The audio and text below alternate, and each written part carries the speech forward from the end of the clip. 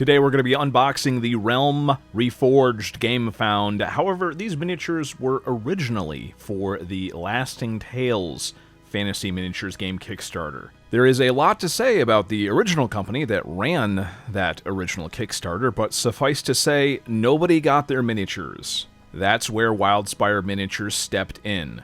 They had no connection with the original Kickstarter, but they took it over and created their own line of miniatures from the existing molds. And Wildspire Miniatures also decided that the original backers of the failed Kickstarter would receive this whole set for $48 plus shipping. In addition, they also provided the STLs for the miniatures for free to anyone who backed the first Kickstarter. And even on top of that, they decided to change the PVC plastic so it was not only stiff enough to have good details, but it would also reduce brittleness of the finalized miniatures. For anybody not familiar with how miniatures work, this is actually pretty common for a company to go out of business and for another company to take over their molds and to continue to sell those miniatures.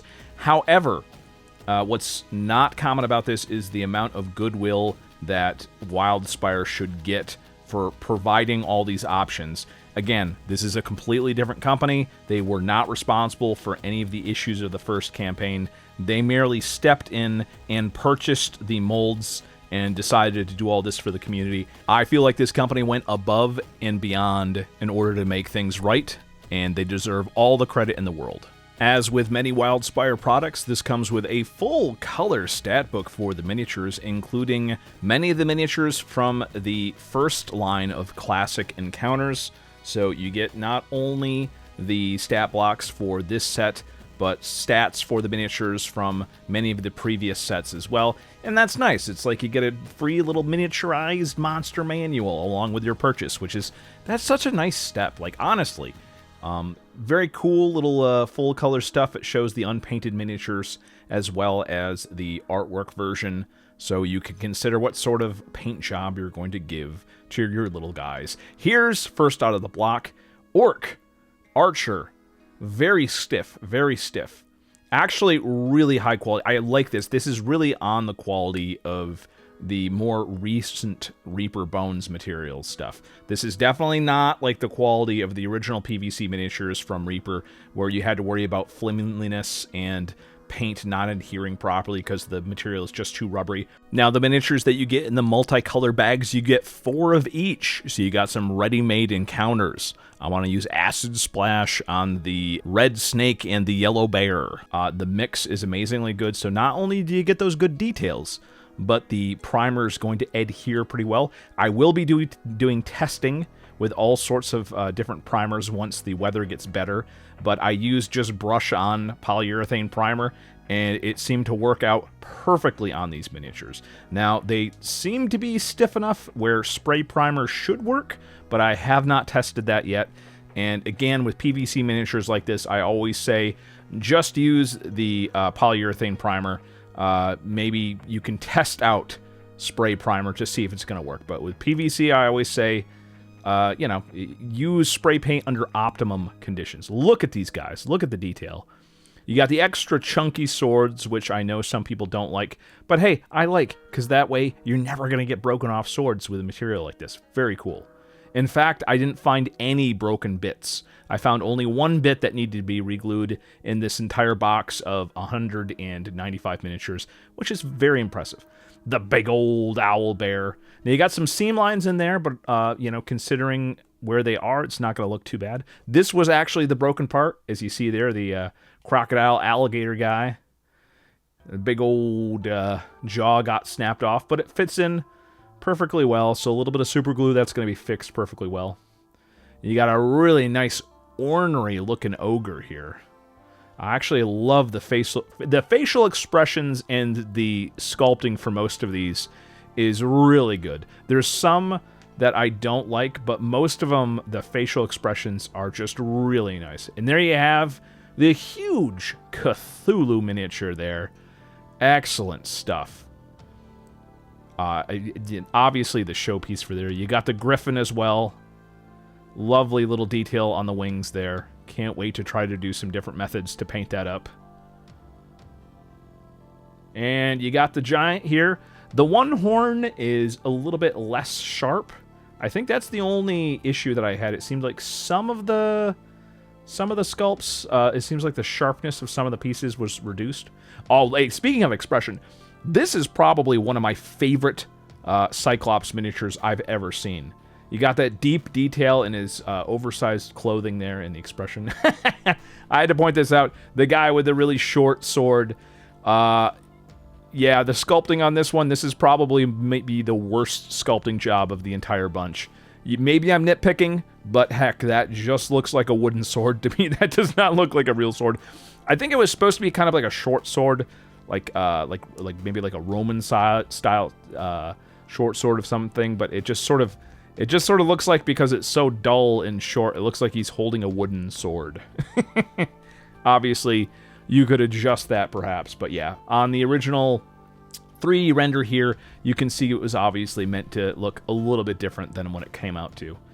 But again, I gotta point this out. If I see something weird, I gotta point it out. And again, that's one miniature out of 195. I'm pointing out that the giant worm is from one of the earlier sets, so that was included too in this stat sheet there. I'm also pointing out that it does say on the back of it that what you see on the images is going to be different, because the owlbear looks really tiny, but he's a large creature. And the gnoll leader looks really big, but he's actually just a medium miniature. But the perfect scale for a gnoll, I have to say. So what you see on the box, at least from this Kickstarter set, is not to scale. It looks like they did a little bit better job when they did the retail version, which is available for pre-order on Amazon. Here's all the animals. You got wolves, panthers, and of course, a dog and a cat, some of the most useful miniatures in D&D. As far as I'm concerned, you always need a bunch of dogs and cats. I painted up this dog to look like a turnspit dog, which is going to be a whole video on that later on. These were some of the other ones that I didn't like the sculpt of. The tiny little flesh golem, and then the weirdly cartoony, weird big old skull guy for the skeletal archer. This was a great sculpt. The kind of corrupted ent with the weird, bizarre-looking face. I love this guy a lot. What a great, huge miniature to include. I really liked... Again, it really upset me that the original Kickstarter failed, because these miniature choices are great. Excellent, classic Hydra. Really, this reminds me of an old, maybe like Harryhausen movie or something like that. What a great dynamic pose on the Hydra heads. Really nice stuff. And then, of course, we got a Manticore with the scorpion tail and the humanoid/cat-like face.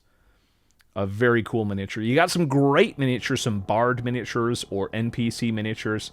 Gotta love the variety on these ones. I picked these because I love, like, the weird, like, the guy there, he could be an elf, he could be a Gith Yankee. You got the double little hand axes. And you got the gnoll with the lizard man here. Very cool dynamic pose miniatures. I love it when the miniatures have their hand outstretched and stuff, because you can customize them. And then some awesome double dagger action where they're actually holding the daggers in the 2-dagger form style. They're not just holding them straight out. They're holding them so they're holding them the correct way for 2-dagger fighting. For at least the fantasy style that we're all familiar with from video games. Man, I'm telling you, what an amazing, impressive array of miniatures, but perhaps even more impressive is the fact that Wildspire took over this campaign and they made sure the miniatures came out and even improved the plastic of the first set of fantasy miniature. Now known as Classic Encounters, these miniatures are great. If you missed out on the Kickstarter, then I highly suggest you keep an eye out for the official release in 2026. These are great miniatures. They paint up great. When using polyurethane primer, they prime up great. They're obviously made out of high-quality PVC, so they're impact resistant. They're not prone to breaking. I only noticed like 2 bad sculpts and 1 badly sculpted miniature in the entire thing. Maybe other people got different boxes, but I'm pretty sure I just got a regular random box. I'm pretty sure all of them are going to have the same level of quality. Very excited to paint these up and have these available for painting events in the future. And yeah, let me know what you think about these miniatures. But I was very impressed with Wildspire Miniatures. Good on you guys. I cannot wait to see what you guys are going to come up with next.